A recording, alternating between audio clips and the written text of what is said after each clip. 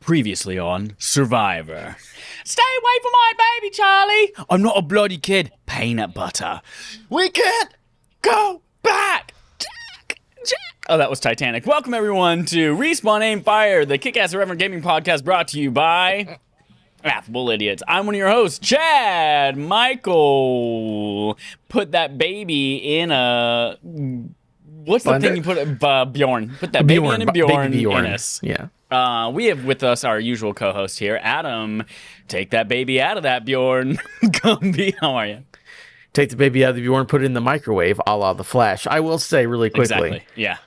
We never mention or pay attention to it, but Chad every week tweets like a question to talk about in chat. And nobody ever fucking does it. Well, Smitty's talking about pee-pee poo-poo, obviously. And Joel's got a sandwich in here. I will say my favorite Adam, probably Adam Driver. I just really enjoy him as an actor. Big white boy. And my least favorite condiment, I don't know, I like most of them. Maybe like avocado. I don't hate it, but I think it probably my least asked for condiment on a Yeah. This has recency bias, but like the only other Adam aside from you that I can think of is Adam Warlock, who's a pretty cool and funny Adam from Guardians of the Galaxy 3. Yeah, I mean, so the actor's name's Will Poulter, but yeah.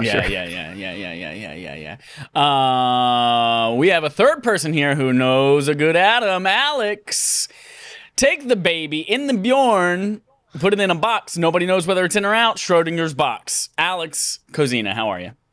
Just gotta love that stream of consciousness. Two things right now. Actually, three things. Number one, the good Adam that I know is, of course, Adam Gumby, who I host Respawning Fire with. Good Adam right there. I'm touched.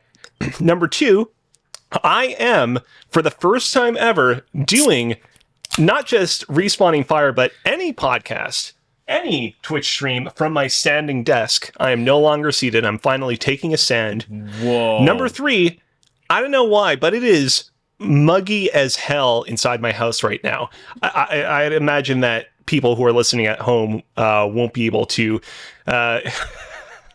Looks like the rest of my co-hosts are taking a stand as well. All right, guys, put your pop culture shirts down. It's okay. We got it. We get it. You're a huge fan of TV shows. We got it. Yeah, I don't know why it's so muggy right now. If you're watching the video version of the show, like if you're wondering why my glasses look all weird and fogged up, now you know. And I've been trying my best to thwart the fog, but it's real difficult. Real difficult. Alex, for once, you've proven that you have legs. Well, actually, technically, we don't know that you have legs. We just know that you are upright somehow. You could just have a stump of a waist sitting on top of a couple of cardboard boxes. You know, the moment you said that, I looked around and I was like, is there something that I can stand on right now to prove that I have legs? But like, I don't want to, you know, I just got my standing desk converter. I don't want to accidentally knock it over. It's going to be a little tough. Knee. Do a high kick. That's a... I'm going to lick my knee right now. On the subject of not wanting to do something that could knock over my standing desk converter, great, fantastic. Thank you, Chad. I'll let you do that on my behalf. Yeah. All Alex, right. peer pressure, lick your knee. No, I'm good. Oh, you can find all sorts of great shenanigans like this live on twitch.tv/affableidiots most Sunday nights at 8:30 Eastern time. You know what? I'm just going to go out on a limb and say every Sunday night, 8:30 Eastern time-ish. I know we're a few minutes early right now. Shut up, Manly Brian, on Twitter. I get it. Man. Did he actually say something? He said something when he was live on the show. He's like, oh, no, and they started early, and I love them all. Yeah, that's what it was. And then Tuesdays on YouTube and podcast services, 9 a.m. Eastern time. That's the rigmarole. We're going to jump in. We're going to talk about some cool stuff today, namely Blade Runner, namely Baldur's Gate, namely Adams ×2. What? Segments, plural, starting with our main quest. Very bad game seemingly kills a studio. This comes from Taylor Lyles at IGN. Daedalic Entertainment, the studio behind the long-delayed and poorly reviewed The Lord of the Rings Gollum, is shutting down its internal development arm. In a new article by Games Wirtschaft, the outlet reported that Daedalic Entertainment will now focus on a game publishing, sales, and marketing. So no longer developing, but now just simply publishing, sales, and marketing. Daedalic Entertainment also told the studio that it is laying off people, with 25 individuals impacted by the layoffs. And the quote says, "We value each and every member of our team, and it is important for us that the transition goes as smoothly as possible," a Daedalic spokesperson told Gameswirtschaft. "Therefore, we will support our former employees in finding new opportunities within our network." Additionally, the German-based game studio announced that it had halted the development of another Lord of the Rings game it was working on internally. The game has been in development since 2022, and it was under the code name It's Magic, with it supposedly launching next year. It's Magic, Lord of the Rings, the video game. Something gives me a feeling that if that game had come out, most of us would have said that's not so magic. If Gollum is any indication of how that would have been. Yeah, this game, Lord of the Rings Gollum, I remember it being shown off years ago. And I was like, oh, that's a really interesting mechanic to be able to like have these like, instead of Paragon and Renegade, like Mass Effect, but have these like Gollum and Smeagol moments and things like that. And there's stealth, and they showed off some gameplay. I was like, oh, I don't know how this is looking. Came out a few months ago to zero fanfare. Nobody liked it. They put out that statement and said, oh, we shipped something that was not what we wanted to ship. I'm sorry. It was one of the first like next generation games. Next generation as in before we knew of the PlayStation 5 and Xbox Series consoles. Yeah. So that's right. They just like ambiguously said coming to next generation systems. Yeah. Rough. 38, I believe, on Metacritic, by the way. I think it's a 38. What is it, 38? I think so. Yikes. Woof. I'm curious what their game It's Magic would have been. Like if this was a, like, I don't know, if you're Gandalf versus Saruman Street Fighter style, that'd have been pretty cool, I guess. I don't know. We can speculate all day, but it doesn't matter because it's canceled and it's gone. But there is a segment that somebody in here has. I don't think it's Alex. I definitely don't have one, which means it must be segment from Adam, segment from Adam, segment from Adam, segment from Adam. That's the Riders of Rohan theme from Lord of the Rings. Oh, very good, very good. Yeah. Actually, good Lord of the Rings. All right, so my first segment, we're gonna have two. This one's called Transformers 2: Revenge of the Fallen ... video game developers. Revenge of the Fallen video game developers. I get it. Yeah. It's a portmanteau from the game and then the name of our game that we're going to play together. Yeah, Transformers 2, Revenge of the Fallen ... video game developers. Got it. Mix two things that aren't good. That's clever, Adam. That's very good. Well, thank you. It's also not called Transformers 2. Disingenuous when I say it like that, but it is very good. I work on my pun game. So basically what I've done is Daedalic isn't making video games anymore. Whatever. That's cool. I want to remember some of the... Again, when a studio closes down, it's never a good thing, right? But I want to remember some closed down studios, or that they're no longer that studio anymore. Ooh, sorry. Half a second. Can I just wanted to pause and something in the story real quick. I just want to highlight how cool it is that they are looking to relocate those workers that are being laid off to somewhere else. I mean, they have a big publishing arm. They like all these other resources are like, it's really cool of them that they're trying to relocate them to a different spot rather than just laying them off.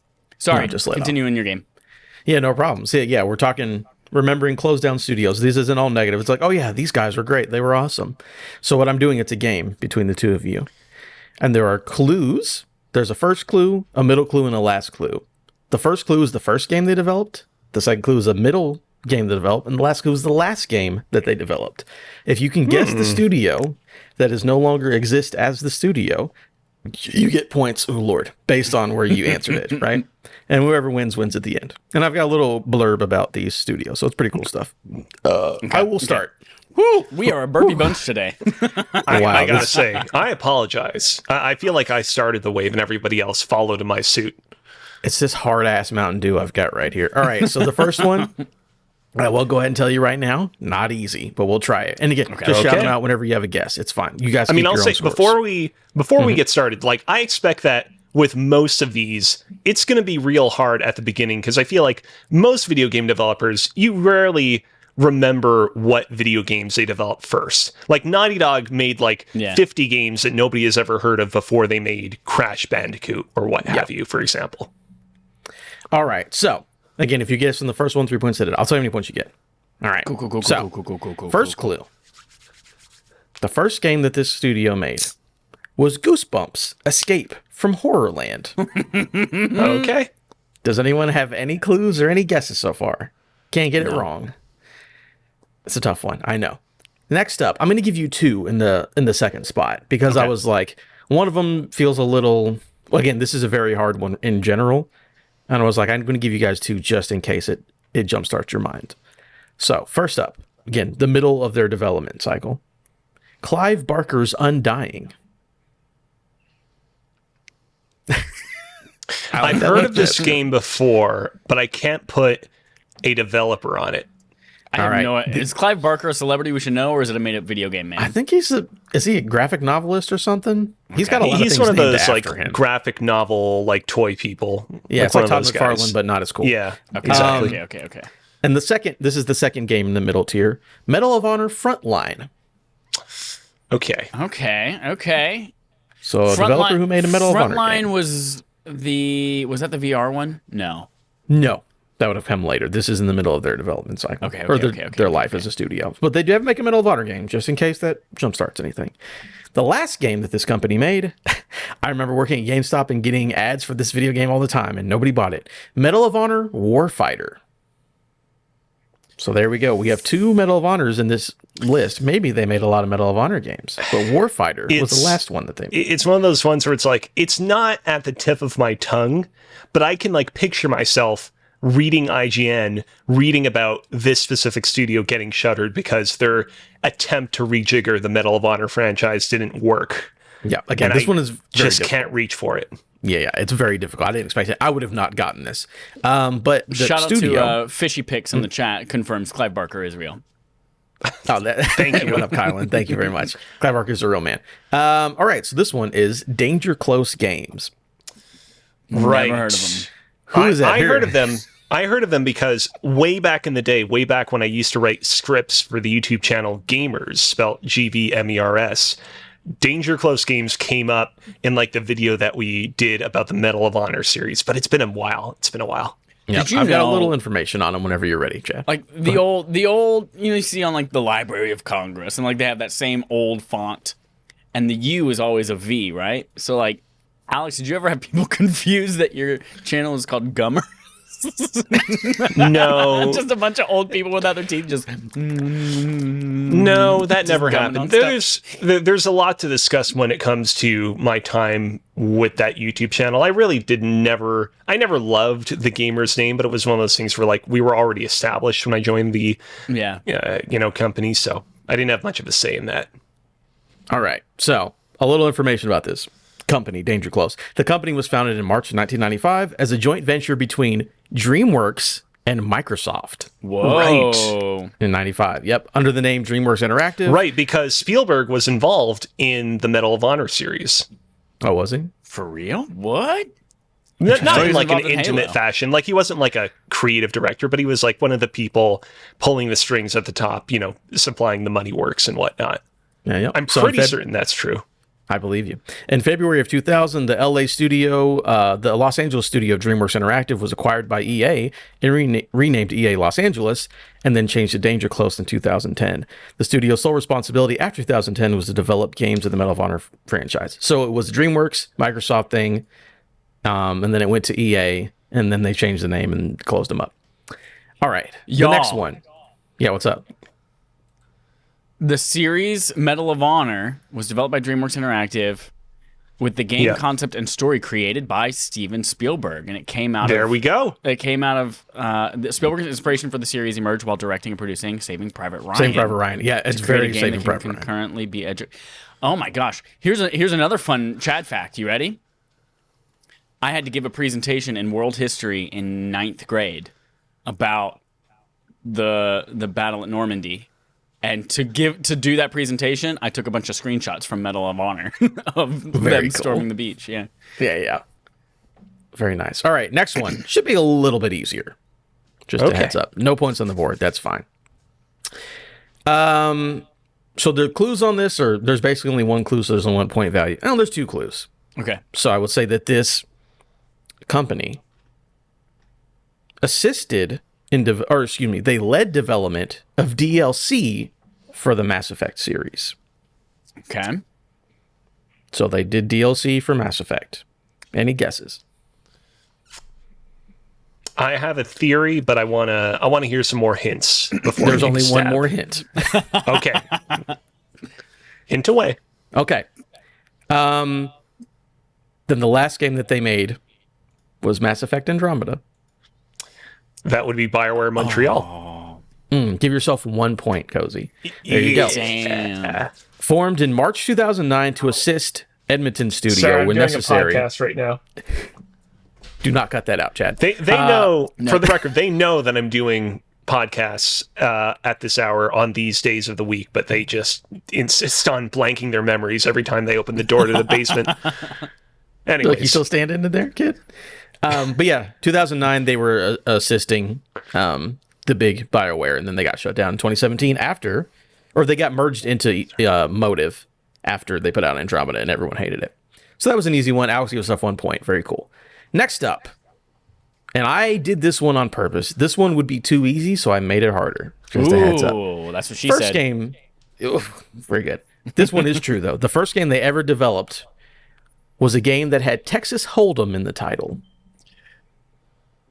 Texas Hold'em in the title. So I can't there's give more you the- to the title than Texas I cannot Hold'em. give you the full title because it literally spoils the studio. Okay, I'm sure it's like Studios Names presents Texas Hold'em or something. Absolutely. Naughty Dog presents Texas Hold'em. Damn, take yourself 3 points. No, I'm just kidding. All right. Any no guesses? I mean, it's very. This one wasn't the exact middle point, but it was like one off, and I'm like, this will throw these guys for a loop. Poker Night 2. What? We have Texas Hold'em and Poker Night 2. Any guesses on who this studio might be? Nope. All right. I'll go on to the last one. Nintendo EAD Development Group 3. Ooh, no, it's Group 4. No, I'm just kidding. No, that is not correct. The last clue, the last game that this company made as that company, The Walking Dead, the final season. Oh, Telltale Games. Ooh, I'm going to give you both 1 point because you both said it at the same time. Nice. Yes. Nice. The first Fishy game they picks, ever yes, made. you can guess. Oh, yeah, go for it. I mean, we already said it, but you can guess too. You said I know this one. You know what? Fishy, go ahead and give yourself 3 points. You're in the lead. Whoa. I knew it. Shit. I'm texting with Fishy Picks on the side, That is. and they were feeding me Are the you? answer, but I wasn't looking. You know I know who that is, right? Yeah, well, you said their name out loud. I don't know who that is. And you said their address and everything. Yeah, I did. Uh-huh. It is interesting that their first game was Telltale's Texas Hold'em because that was the name of the game. Like, that's really like calling your shot. Like, that's like being like, we're going to be the masters at Texas Hold'em. And then they go on to make and become renowned for a completely different style of game from that. Yeah. Oh no, The game Texas that Hold'em that's a was weird still arc. the same story base. making a lot of decisions. It was a good time. No, the one in the kill middle, the Queen of Hearts, dude. she'll That's remember great. that. No, the one in the middle was actually the Back to the Future game, but I was like, that gives it away. Everyone knows Telltale made a Back to the Future game. So I did Poker Night at the Inventory 2 is the other one. So a little bit of information about them. Founded in 2004 by former LucasArts developer. Let's see. In the midst of releasing The Walking Dead, the final season, the company is forced to initiate a majority studio closure after their last investor had pulled out of funding. Telltale announced on September 21st, 2018, that it had to let go of all but 25 of its staff.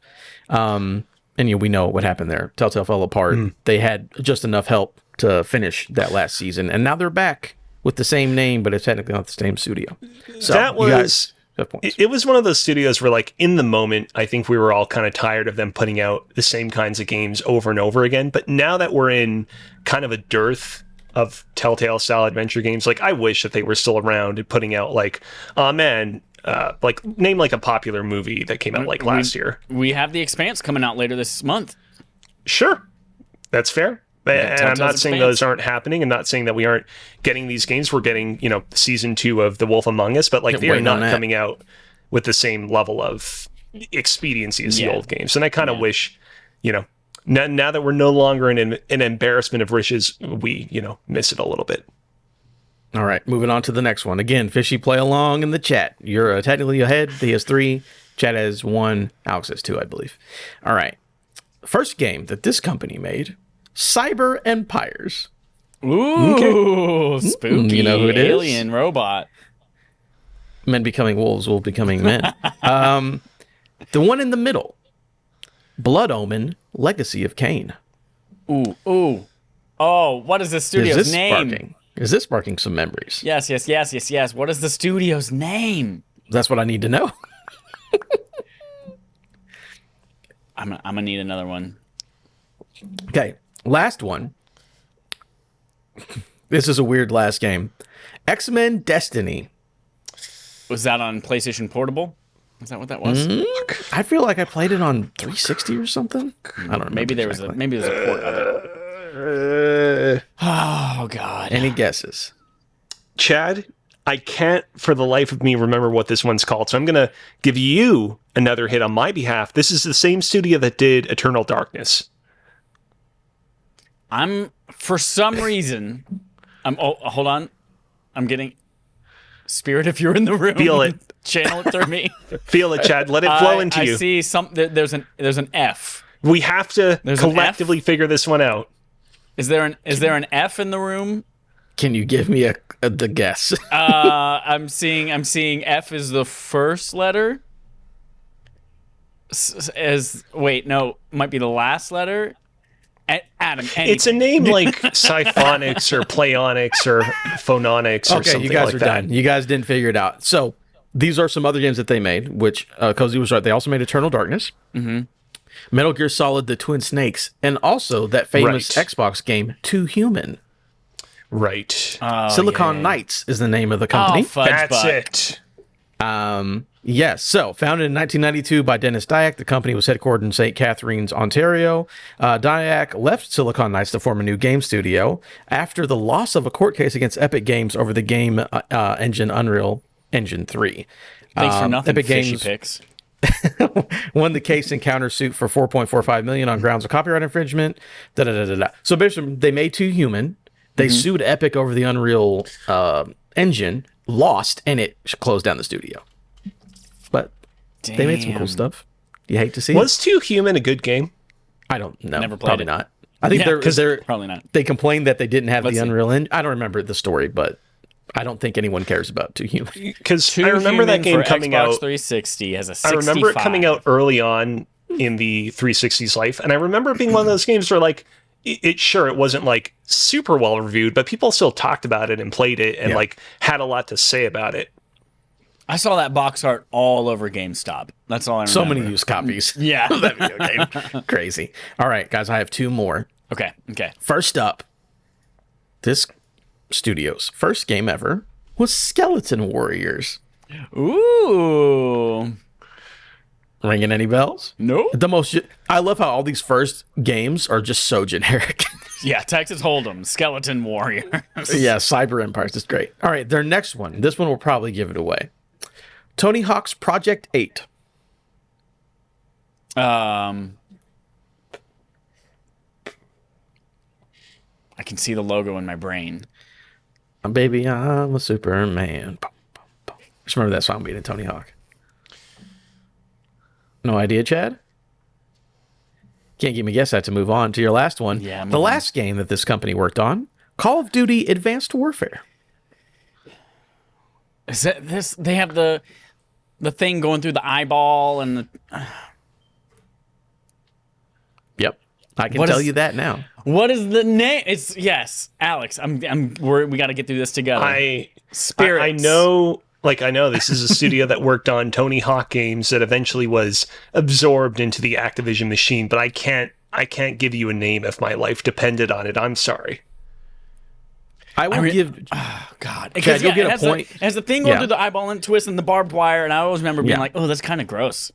It's kind of a gross thing. The company's name is Neversoft. And if this comes down to a tie, I'll give Chad a 1 point for getting the gross logo of the company, but you're not getting points. You're not getting points unless it matters. Neversoft was an American video game developer based in Woodland Hills, California. Founded in 1994. It was acquired by Activision in October 1999. And then they started working on Call of Duty and they got absorbed. They did make the PlayStation 1 classic Spider-Man game as well as all those Tony Hawk games. I just looked up the logo again and wanted to puke. Yeah, it's pretty nasty. All right, we have one more. I think you guys are going to get this. Again, Fishy in the chat has 3 points. Cozy has 2. Chad has 1. All No, I right. have two. I have two. No. Because Cozy and I tied on one, and then you gave me one for the eyeball. No, I said you'll get point one if you were to tie Cozy in this last one. So you'll win. Basically, you'll win if you can answer this next question, Okay. is basically what I'm saying. All right. The first game that this company made, again, another generic ass fucking name, Future Cop LAPD. Nice. That sounds good.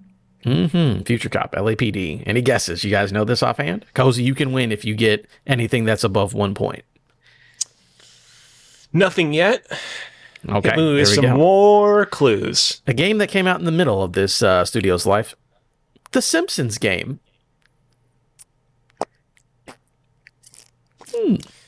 It's probably another EA-owned studio, but I can't visualize a name I'm just just yet. going to start naming studios that I know are no longer around. Lionhead Games. Oh, we're not doing this game. Okay. It is not 31. Lionhead. What's the Rhode Island one? 31 studios? 38 studios. 38 studios. Is that it? No, I'm going to give you the last clue because you okay. obviously do not know. This is another two-parter where it's like, I'll give you one, I'll give you the other one. The last one will absolutely give it away. The first one, probably not. Battlefield Hardline.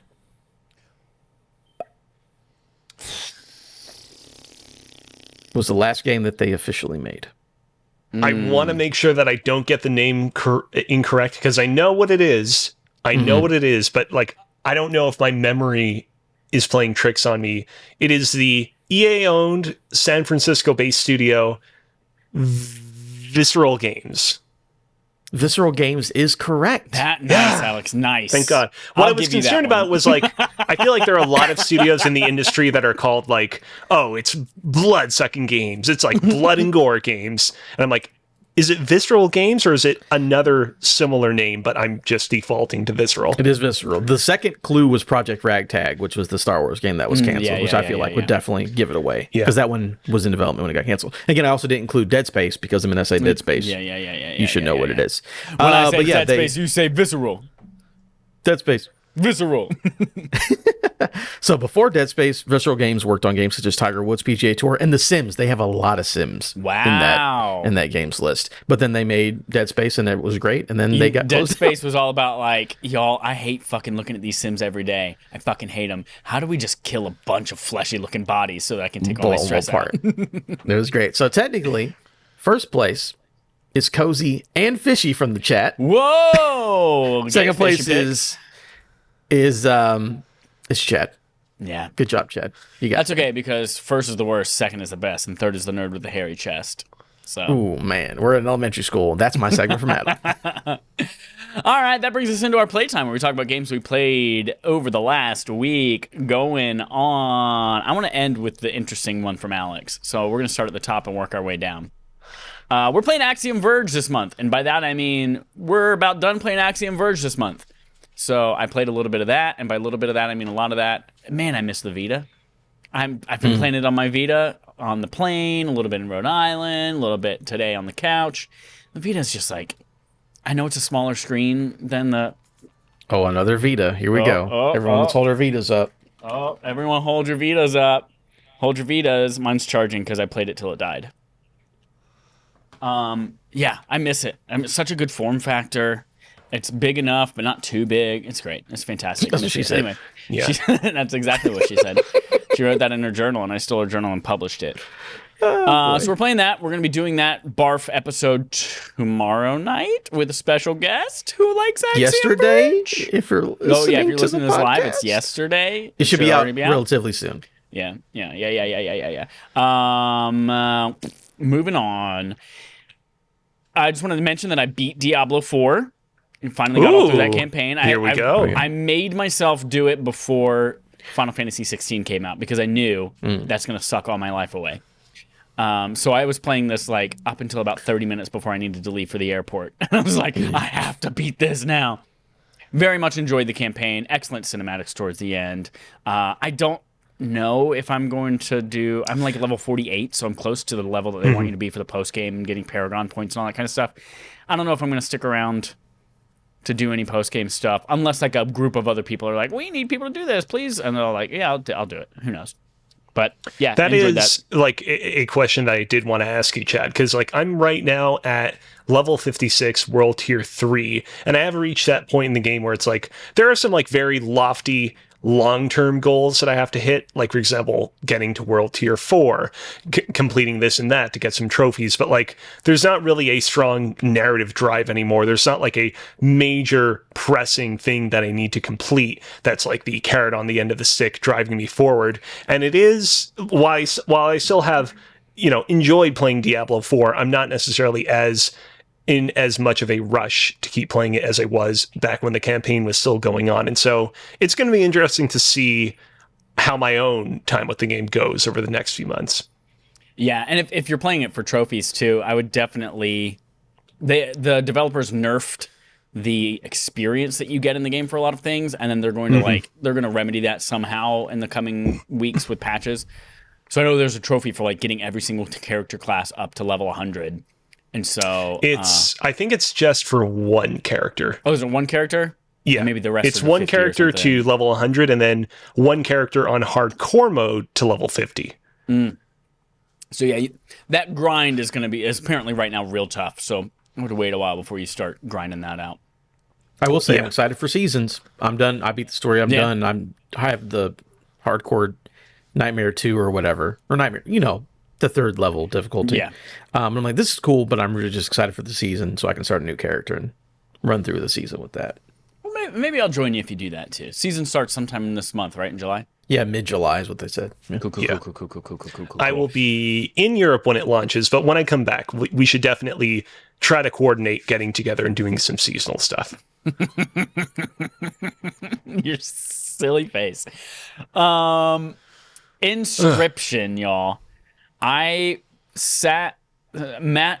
I was up in Rhode Island visiting Matt and Dallas, fans of the show, and I was sitting on Matt's couch watching him play Inscription, and I watched him play a full run from beginning to end, like starting fresh, fighting Leshy, and then all the way to the end of the game that I'm not going to spoil, and just seeing that whole journey, and just seeing his face and like figuring things out and realizing all of this wild thing. That game is so fucking good. I even took the controller a couple times when he had to like go run and take care of the baby and all that kind of stuff so it didn't die, and I just like, God, do I want to jump back into this game? Do I want to play Casey's mod? Do I want to do all this? Ooh. But no, that game is just so good, and it just subverts all of your expectations, and it blows your mind with how many cool things are in it. So, I just wanted to point this out because it just came to the PlayStation Plus Essentials, or maybe it was announced coming in July. Anyway, or not Essentials, whatever the goddamn stupid tier is. Yeah, Extra. So it's coming to PlayStation Plus Extra, so go and play that if you haven't already. And it's great. Listen to our podcast about it. We did a review. We did a review with Jerica, I think it was. Yeah, it was Jerica. Yeah, Jerica, for sure. It's also on Adam's Game of the Year list for the year it came out, but that's fine. Let's just keep ignoring that. Yeah, it's Game of the Year the next year, too. No. Game of the Year the next year, too. It's Game of the Year every year, and I called it early. That's all I'll say. And then the last thing here is Zelda Triforce Heroes. Yeah, Zelda Triforce Heroes. One of the few Zelda games that I have not yet played. Like, I have still yet to beat Tears of the Kingdom, but I've still played that game extensively. Never touched this one. So that's the case with a few of us. So Matt really, really wanted to play this game. Okay. He picked it up, played it solo, and said this game sucks solo. You have to team up with 3 friends. And so what he asked us to do is like, we know Chad's going to be in Rhode Island this last week of June. We assumed you could only play offline, but turns out you can play online. So, of course, he says, let's all play Zelda Triforce Heroes like 2 weeks after the store shuts down. So we have to secure physical copies of the game. So, yeah, we got physical copies. We even, the first half of last week, like, were hunting down a 2DS because we needed another one for Dallas to play on. So we were hunting down 2DS, went to this used game store, found one. It was great. And then we all got together and played it one night, and we played through 2. The game is centered around, it's 3-player puzzles. The whole game, you're going through like little micro dungeons, playing 3-player puzzles. It's all kind of about fashion in a weird way, but like you unlock crafting materials to make different outfits that let you shoot more arrows at once, or let you make bigger bombs, or let you swim better, and all these kinds of things. And so we played that. We played through like 2 of, I think there's 12 total temples in the game. It was a fun ass time. It was so good. And each one is set up around like, hey, we have 3 different items to use in this one. 2 people can use a bow and 1 person has to have bombs. Or 2 people use a water rod and 1 person has to use a bow. And so you have to like know who you're picking up on your shoulder so that they can shoot something that's up high while the other person is bombing this around. And 1 person has to like take bombs while the other person like makes little water things that you have to go across. And so it was a real fun time. So I'm excited to play that online. Speaking of online, man, is it a pain in the ass now that the Nintendo Network ID on Wii U and 3DS like is kind of kaput to like set one up and link that to your account. And if you've forgotten, if you go through the like, I forgot my Nintendo Network ID or forgot my Nintendo Network ID password or you need to recover your account, all of those links on Nintendo's website right now just give you 404 errors. Like those links don't even work anymore. So man, it's a pain in the ass. Don't forget your passwords, kids. We got it. And What's then, Radlands? So Dallas put here in the chat too, Radlands. It is a trading card game. Not a trading card game. It's just a card game. It's a 2-person card game. Each game is like 20 to 40 minutes. And I picked it up. I was just kind of around UC Berkeley a couple weeks ago, and there was a cool game shop, and I went in, and it's just a box this big, and it had like a cool little punk red or pink and blue, like magenta, kind of like a guy from Borderlands maybe on it. I was like, oh, that looks cool. I'm going to buy this game. I don't even know what it is. Haven't heard anything about it. Haven't heard anyone repeat it or review it or anything like that. I just picked it up and I brought it up there, and it turns out Matt already had it too. He's like, yeah, I kickstarted this game and I just got it because the art was cool. So we learned how to play it. I kicked Matt's ass the first time playing it. It's a really cool game where like there's this limited resource with water, and you have 3 different camps on your side and camps on the other person's side, and the goal is to destroy each other's camps. But the camps give you different abilities and different attacks, and you have these raids that you do on each other. So it's like really cool. But I beat Matt's ass the first game, and then we found out about halfway through the game that I had been cheating unknowingly the whole time. Unknowingly, quote unquote. We were learning the rules as we went. And then I played Dallas, kicked Dallas's ass because he didn't know how to play the game, and I obviously did. And then we played again, and he beat my butt by like 1 turn. If he did not kill me that 1 turn, I would have automatically killed him with a raid the next turn. So that was a dope game. Really enjoyed it. I don't know if it has like a digital version, but that would be cool if they did. It would work great on like an iPad or something like that. But yeah, Radlands, cool card game. Papa John's. Adam, what'd you play? A little game called Axiom Verge. Apparently, we're supposed to play. My thing is with this, I did not play it on Vita, but I'm excited to hear your guys' Vita stuff. I'm just so excited for our guest because, oh boy, I love that guy. This is gonna be fun. Gonna be fun times. And then this is only for us and not for the audience. But before we got started, I was talking to my son. He was over here, playing his game. So he got into Red Dead recently. So I'm like, hey, I'll play it with you. So me and him, he's never played it before, and he's going through the story. Red Dead 2. Red Dead Revolver? Red Dead Redemption 2. Yeah, the newer one. So I'm he started I'm gonna put that playing in the note so that way back in the day, when I played, when I wrote for gamers or Gummers, as you referred to it earlier, I wrote a video on the Red Dead Redemption series, and like with all the videos I wrote, I tried to at least like play the games ahead of time so I knew what I was talking about. And I was like, you know what? I'm going to give the original Red Dead Revolver a shot. And man, not a terrible game, but what a unbelievably dated game. I did not get through it at all. I'm sorry, everyone. No one, Gummers does not blame you for that. But yeah, no, he started playing it, so I'm playing it. We're going to play some online and let him get through the story. So we're having fun out there in the Wild West, really just waiting for the thing we'll talk about later, because I'm like, I've got nothing to do for the next, handful of days. So I'll just do that. That's it. Dope. Alex, tell me about what you played. You better save that main event for the main event, too. Yeah. First off, I beat Coffee Talk 2, Hibiscus and Butterfly. Nice. Great game. Although I will say this. Coffee Talk 2 ties into the story of the original Coffee Talk a lot more intimately than I was expecting. Not knowing a whole lot about this game going into it, I thought that it was going to be, we will have a few cameos from some of the older characters peppered in here and there, but for the most part, it's going to be like new characters that have come to the coffee shop that you're introducing into the world of your just beautiful and occasionally incorrect coffee drinks. Instead, there are like basically 2.5-ish new characters, and all the other characters are returning from the first game. And a lot of the sequel is you basically following up on where they were last time around and helping them through whatever new existential like crises they've kind of walked into willingly or whatnot. Really good, but I did walk away from it being a little bit like, was kind of hoping for a little bit more evolution with this sequel. It does have a really great, really heartwarming, like secret ending that ties into the very unfortunate real life death of Fami, who is the creator of the first game and who also helped out on this game before his untimely passing. I will say I am going for the platinum in this game right now, and I don't love the fact that this is one of those games where to get the platinum you have to intentionally make every single wrong choice. This is one of those games where like you have to make, normally in a game of this ilk you would make dialogue choices, but the way that you make dialogue choices in this is by serving people correct or incorrect drinks. And basically to get 100% completion, you have to intentionally give people the wrong drinks and basically fuck up their lives in doing so. And I don't particularly love that. Like, I'm very attached to like helping these people out, bettering their lives. And I don't love it when a game's like, and now you have to intentionally screw up their lives in order to see everything that the game has to offer. Don't love that. But other than that, it's Platinum's coming along and I should have it just before I leave for Europe. I do like how you give them a hot chocolate instead of a lemon tea and they go commit a murder. It's pretty wild, but it's a pretty interesting game mechanic. My go-to was an espresso because you have to always create drinks with 3 different ingredients, and the first ingredient that you're defaulted to is coffee. And so I would just do coffee, which is an espresso.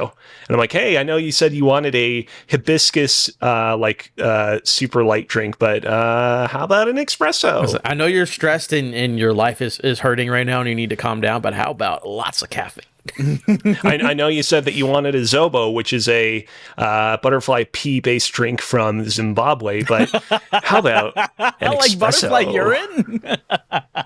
That is no joke, Chad. That is a joke they make at the beginning of the game. One of the first people that comes to the bar is a cop, and he's like, "You have pea?" And they're like, No. Butterfly pea is in the flower.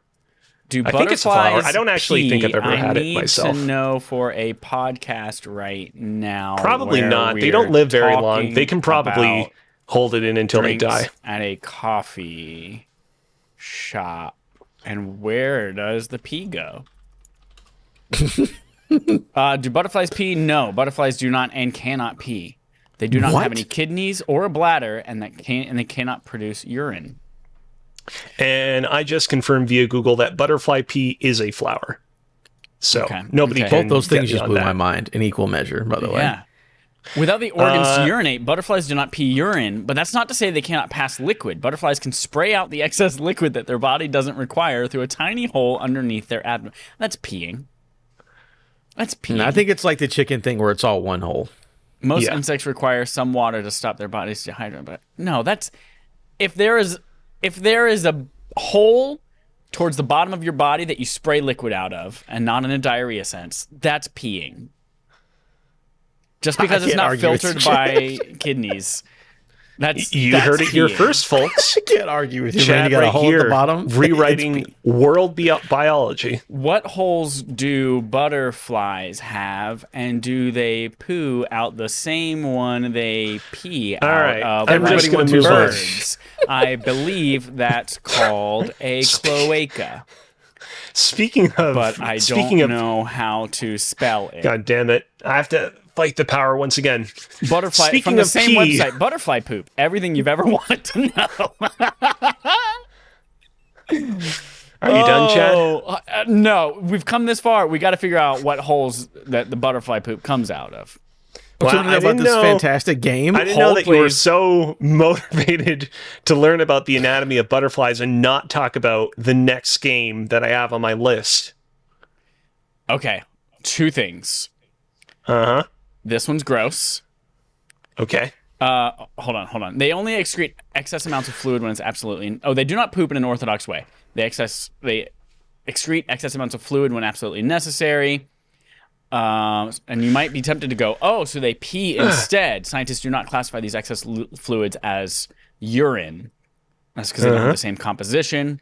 The discharge is simply excess water or fluid. Here's the second thing. This is boring. This is the Come on, hold Chad. on. It's about to get real good. Red liquid. Okay. Some butterflies excrete red liquid. This is not a waste. This is residue from their time in a cocoon. And although butterflies do not poop, caterpillars do, and their poop is called frass. It comes in the form of pellets. So it is one hole, and it's just excess water. You really hyped that up as being a major reveal, but I thought that was pretty weak sauce. I thought we were about to find out that butterflies menstruate and they have blood coming out of their pee holes, but it turns out no, that's not what it was. No. So, speaking of pee, poo, and other bodily fluids and excretions, I played a little game by the name of 1-2 Switch. No. Not 1-2 Switch. Everybody 1-2 Switch, the long-awaited sequel. Nintendo looked at their release calendar and was like, if we're putting out a sequel to Breath of the Wild, we need to put out a sequel to the other Switch launch game that earned us such acclaim, 1-2 Switch. Now, give a little bit of context. I didn't buy this game myself. Yesterday, it was July 1st, better known as Canada Day, the Day of Canada here in Canada. And I went to a Canada Day Friendsgiving barbecue. I say Friendsgiving as if it's Thanksgiving, but it's not. Even though Canadian Thanksgiving does fall on a different date than American Thanksgiving, but that's a discussion for another time. Long story short, this friend busted out their Switch, and I was like, oh, cool. Do you have, like, Mario Kart? Do you have Smash Bros? And he's like, I have. Everybody 1-2 Switch. And I'm like, okay. You want something good? Here's trash. One of those gamers that only play Call of Duty, NFL, and everybody 1-2 Switch. Prior to coming to your party, I had watched Kinda Funny's, like, Tim birthday stream where they had played this game, and they seemed to have a whale of a time. Maybe I can enjoy myself a little bit with this game. Here's what I'll say. Here's what I'll tell you right here, right now about everybody 1-2 Switch. Half the mini games in this game are real bad, just real terrible. I don't know how anybody gave them the green light. The other half, honestly, not bad. Honestly, not bad. Not that bad. Half the games are your UFO minigame, where you got to hold up your Switch Joy-Cons or your smartphone, because you can just entirely use smartphones if you would so prefer, and you have to, like, literally for like 10 minutes go like, oh, I'm motioning, like, holding up the smartphone, like you're doing the lat Joy-Con, machine whatever thing, with just the one rope, both hands on one rope. You got to do that for 10 minutes, and then the aliens show up, and then you got to swing it back and forth in a rhythmic fashion. Ooh. It's awful. It's terrible. We did that once, and we were like, this is just a waste of everyone's time. That sounds amazing. There's no reason we should ever do this. And of course, we didn't even get to finish the minigame. There wasn't even a definitive winner. We did that for 10 minutes. The aliens left, and it said on screen, did not finish, because we didn't actually finish the minigame according to their own metrics of success. That's what she said. But then you had the mini game where, and by the way, I don't remember the names of any of these mini games, but then you had the mini game where you had to take out your smartphone and you had to basically, within the span of a few seconds, photograph something in the room around you without getting up from your seat that matched whatever color was shown on screen. And that was actually, this is actually like a pretty fun use of my little gadgets functionality. And it was great to be like, okay, it's saying on screen I have to film something that has like a pumpkin-ish, like brownish, orangish color. Well, I can see over there's like a pumpkin, but in the lighting, that guy's sweater actually almost looks more pumpkin-like. Take a picture of him, got first place. And so nice. There are some clutch moments to be had in this game. There are some mini games that are, again, not that bad, all things considered. But I can't give this one the seal of approval. If I saw this game like on clearance for $10, I would pick it up in a heartbeat, because it's a really good, like, this is the perfect definition of a shitpost game. This is a game that, like, you trick your friends into playing at a house get together that don't know any better, but not the kind of game that you spend $40 Canadian on, because lest we forget, while the game is technically $30 over in America, it is $40 for us Canadians. So do they still have the game where you can guess how many Dane Deasy's balls are in the Joy-Con, and then you see how many balls you can eat? It might be buried deep within the package, but I didn't experience it. That was sorry, you eat the sandwich. You point the IR sensor in your mouth and you eat the sandwich. Because it was like, it was like a showcase for like the HD rumble functionality of Yeah. the Joy-Cons, right? Yeah. Yeah. Yeah, I didn't see it. Great, glad you played that so we didn't have to. Moving on to the quest log, Annapurna is developing their first game, says Chris Scullion at VGC. Annapurna Interactive has announced that their first game, to be developed by its own internal studio, will be set in the world of Blade Runner. This was the final announcement at their showcase they had the other day. Blade Runner 2033 Labyrinth is the first entirely new Blade Runner game in 25 shit. years. Oh, you have a knife? It's a screwdriver. Yikes. Oh, you have a screwdriver? Yikes. That's a nice pick. Blade Runner 2033 Labyrinth is the first entirely new Blade Runner game in 25 years. 25. And will take place between the original movie and its sequel, Blade Runner 2049. 2049. Very good. Thank you. Since its inception in 2016, Annapurna Interactive has been known for publishing critically acclaimed titles such as What Remains of Edith Finch, Outer Wilds, Sayonara Wild Hearts, and Stray. However, in 2020, the company announced that it was setting up its own internal development studio. And in 2022, it revealed that Chelsea Hash, who previously worked on Solar Ash and What Remains of Edith Finch, was joining the new studio as game director alongside other members of Solar Ash development team. I'm very tentatively excited for this. I mean, clearly there's a lot of, great talent going into this, but I don't know how you can do a new Labyrinth with both Jim Henson and David Bowie dead. I feel like you're just milking an IP at that moment without any of the magic that went into it in the first place, to be honest. Now, That's very good, Alex. Very good. Guillermo del Toro is still alive, It's true. so we could do Pan's Labyrinth instead. Everyone running around is just one's frying pan. I mean, that's a one's fair a cast point. iron pan. But in that One's case, a baking pan. cancel this project and make what's the original IP this is part of again? Blade Runner. Make Blade Runner 2033 Pan's Labyrinth and call it a day. Don't call it Labyrinth. There's a movie called Running with Scissors. I never saw the movie. My roommate freshman year of college did, and he introduced me to the term masturbatorium from that movie. Which is a room where one reserves that room just for the sake of masturbating. And when I see In Blade this economy? Runner, that's what in this economy, yeah. And when I see Blade Runner, I think of Running with Scissors. Anyway, yes, they showed off a little trailer. It's kind of like a mood piece. Had some cool iconic shots from iconic. Like the technology, the neon, all that kind of stuff. You knew from the look of it. It's like, oh, this looks like it's gonna be Blade Runner. And by the end of it, they revealed it. It's like, oh, that looks kind of dope. We don't have any idea about gameplay or anything like that from it, but it looks like a cool mood piece for. Let's see. I'm excited to play something in that, and I trust Annapurna, and I really loved What Remains of Edith Finch, Sayonara Wild Hearts. So I'm pumped for this. Yeah, could be fun. Blade Runner's a cool property. Yeah. And Annapurna is either like, this is really cool or this is too artsy. But I'm hoping this is this is the cool side. Yeah. This is our next / last quest in the quest log. RPG of the Year. Rocket Propelled Grenade. 2023 is coming sooner than we thought. This comes from Tom Ivan at VGC. Baldur's Gate 3, everyone. Adam's Game of the Year for the last 6 years in early access. It's been there. The release date has been moved forward by almost a month on PC and has been delayed a week on PlayStation 5. So they were both set to release on August 31st. We just recently found out the PS5 version was even coming. But now the PC version's arriving August 3rd. We have 1 month, Adam, until you are sucked into this world. And then the PS5 version is delayed a week until September 6th. Here's a quote about why. Baldur's Gate 3 is targeting 60 FPS. I'm scrolling through. I'm scrolling through the Word doc where we keep all these notes, and there are so many. You basically copy and pasted the entire article that this came from. I understand being very excited for this, but why not just be like, hey, go to the article page and read from top to bottom? Alex, here's what I'll say. You might have noticed when it's a thing Adam cares about, we talk about it. When it's a thing, when it's a light week and we're talking about the people who made the bad game aren't making video games anymore, there's not as much information about it, Also, you got to get rid of all the pop-up ads and all the shit going on. It's distracting because I'll be reading halfway through a quote and then I'll start talking about fucking some NordVPN. Oh shit, that's not actually part of it. IGN babes, I thought they retired that years ago. for 10 years.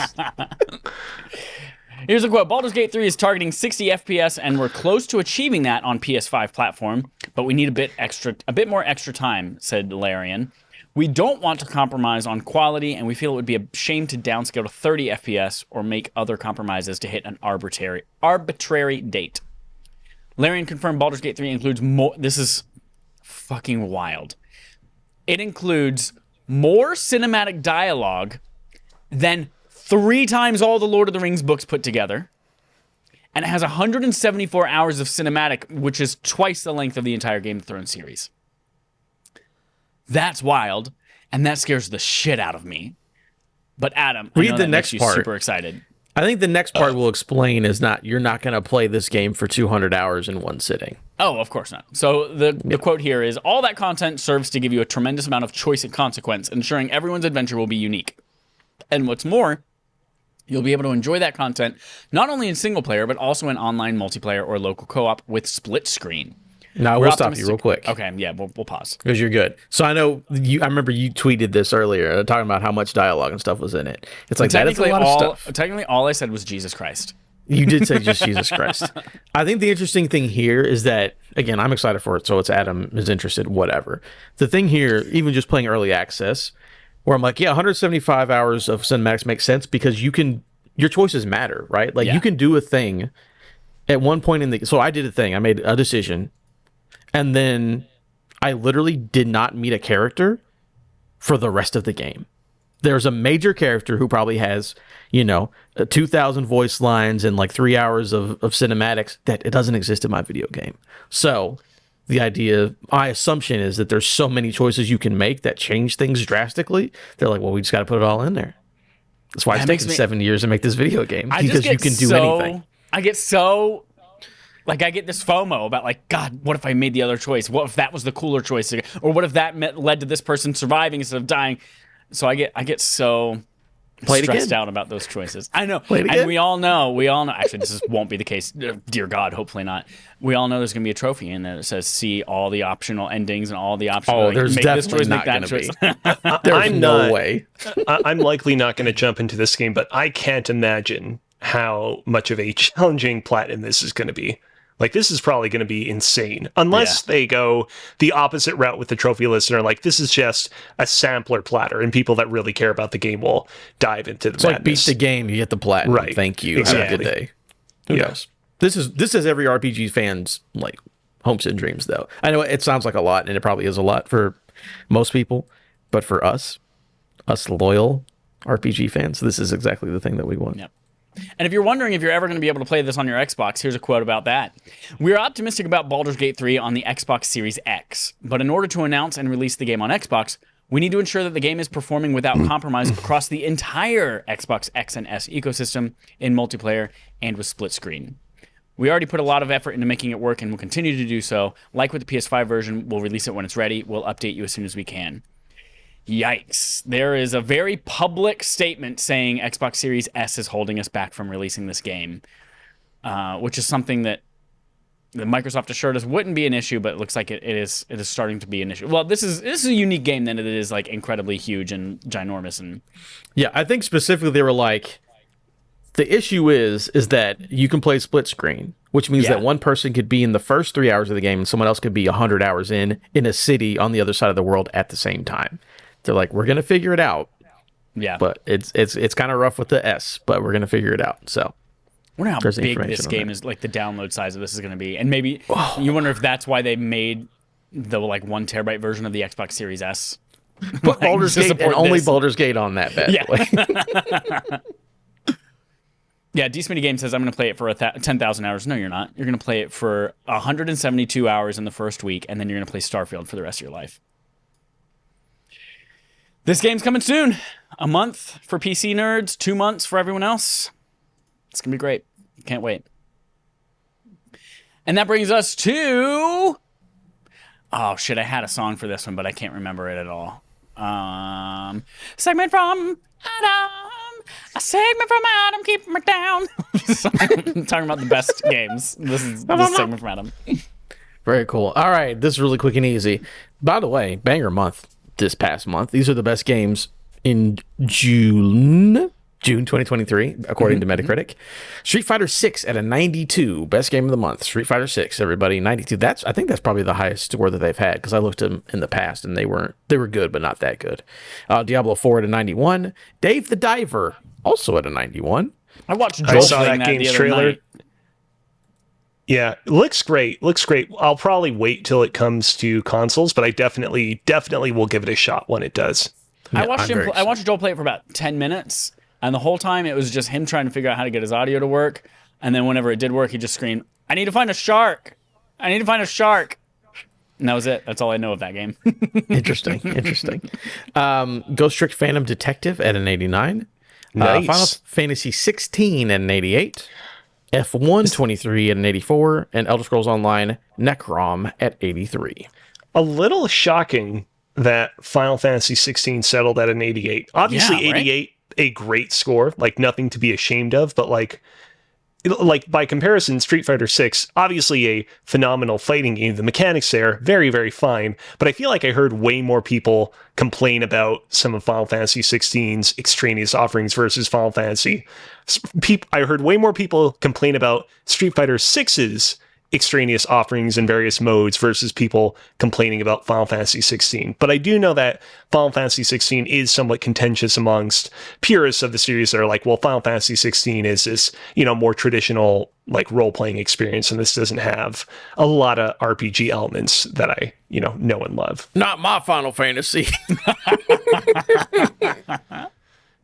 Alex, in America, that is a parody on Hardcore Trump fans. Oh, I didn't know Not that. My President is what completely, we're ripping on, yeah. I was completely befuddled by what Adam was doing there for a moment. Stay up north and be happy. I'm right? incredibly appreciative, Chad, that you explained that for me. Yeah, you're welcome. But yeah, you're welcome. I will say though, I feel like Final Fantasy 16's 88 does kind of align with what I feel like Final Fantasy 7 Remake got, because I remember Final Fantasy 7 Remake also like being just awash, like with incredibly positive opinions and reviews, and yet not netting super high on Metacritic either, because I think people with that game were also like, yeah, it's a little bit like it does stray kind of far from what I originally liked 7 this Remake franchise is for. 87 on Metacritic. Yeah, so there we one go. lower.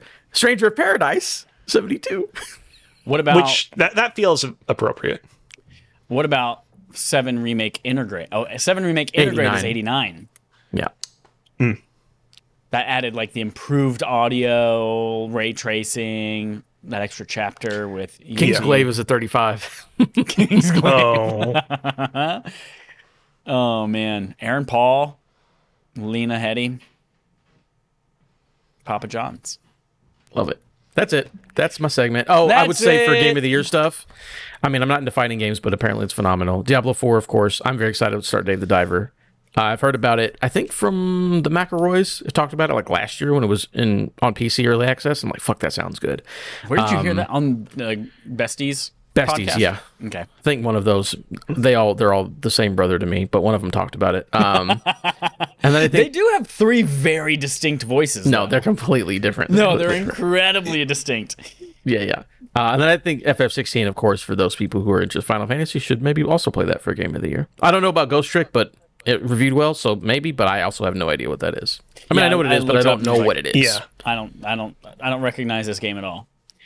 It's it was like a cult classic Capcom DS game. Like it was kind of like Capcom's version of Urundon, aka Elite Beat Agents, where it was like this DS game that the people in the know like really loved it. But it didn't really sell so well, and it was kind of a surprise that they announced, "Hey, we're remaking this game for modern consoles." Glad that it reviewed so well, but I didn't really hear a lot of buzz when it came out, so I suspect it will still kind of fly under a lot of people's radars this year. Thanks for that segment from Adam. Because we had 2 of those, and because I don't have a Game on Game show today, that brings us to the end of our podcast. You do have homework right now. If you're listening to this live, what was her name? Scissor Fishies? Or their name? I don't even know. Fishy Picks. Scissor Fishies. No, it's Fishy Picks with a PH. I believe he does sports betting stuff like on Twitter, so go check out his Twitter for Fishy sports Picks, betting. D Smitty Games, Campo63, all you in the chat listening right now, you have to go to patreon.com/respawninfire and vote for the barf game that is up only for the next, 23 hours. Go vote. Go vote. Go vote. Go vote. If you are a regular ass person... Shout out to Mario real quick for giving us a sub. Oh, yeah. What's up, Mario? Mario Rivera, Sup, Mario? You are also in the chat right now. Go to patreon.com/respawninfire. Vote for our Barfkin. That's backlog accomplishment with Respawn and Friends, where you choose what game you want us to play next month. Because it was such a close race last time and everyone was like, oh, I can't pick this game. It's such a hard choice. We actually put up most of the same games again with swapping out Axiom Verge for Metal Gear Solid Revengeance. So it's Metal Moonlighter. Gear Rising, Revengeance, Chad. Oh, suck my butt. I totally got that wrong on there. Well, guess we can't play that one. Now, to be fair, your mistakenness is somewhat justified because originally before Platinum Games took that game over, it was Metal Gear Solid: Rising. And then when Platinum took over, it became Metal Gear Rising: Revengeance. They made it a stupid name instead. Gotcha. Right. They made a Kojima name. They're like, we're here to make it even more Kojima than you even fucking thought you could. I kind of hope it wins because I really want to play it. I remember playing 30 minutes of that game and chopping up watermelons. That's all I remember about it. Because you play as Raiden and the sword and shit like that.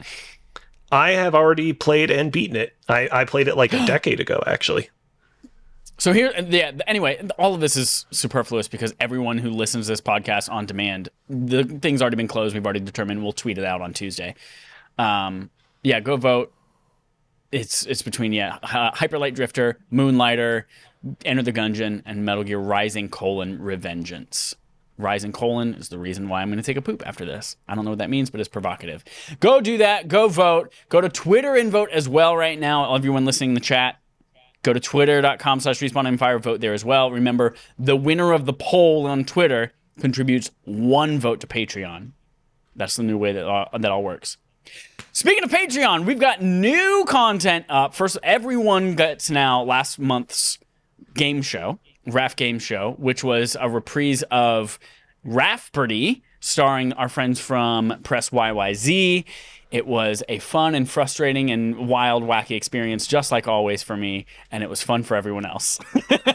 And then, with that, we now have a new Patreon exclusive one up for July, and by that I mean it's going up tonight. Whoa!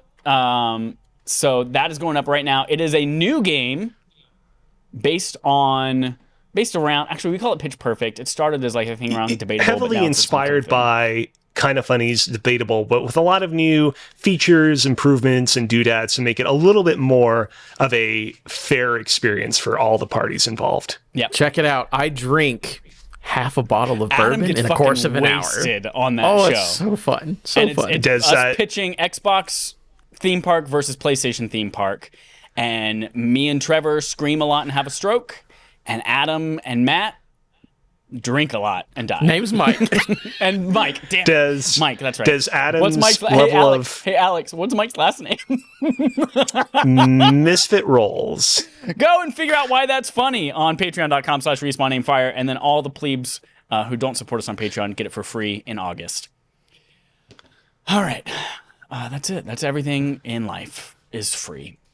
Thank you, Alex, for joining us again and in your new standing form. This is like the different version of Palka and Dialga from Pokemon Diamond and Pearl, where they have a form where they're I'm sorry. You got Dialga correct, although I think it's actually pronounced Dialga. Is it? Because it's tough because clearly it's a pun. Clearly it's a pun on dial. So Dialga would actually make more sense, but Dialga sounds better. But yes, Palkia is the correct name of the other one. And those were the first ones to have alternate forms, right? In the traditional sense of Pokemon. No. I mean, not in fact, different they're evolutions, in fact, Dialga and Palkia are some of the few remaining legendary Pokemon that don't have alternate forms. Wait. Kyogre and Groudon from Gen 3, those guys have alternating forms. It's a long story. Wait a minute. I will say, yes. They do have alternate origin forms. Oh, maybe that was just for Arceus. Oh, you're right. I completely forgot from Legends Arceus. You're right. I completely forgot about that. Yeah. Yeah. I don't remember why we're saying that. Great. Where can people find I you? do if want they to say continue real follow you? quick. Yeah. Real quick.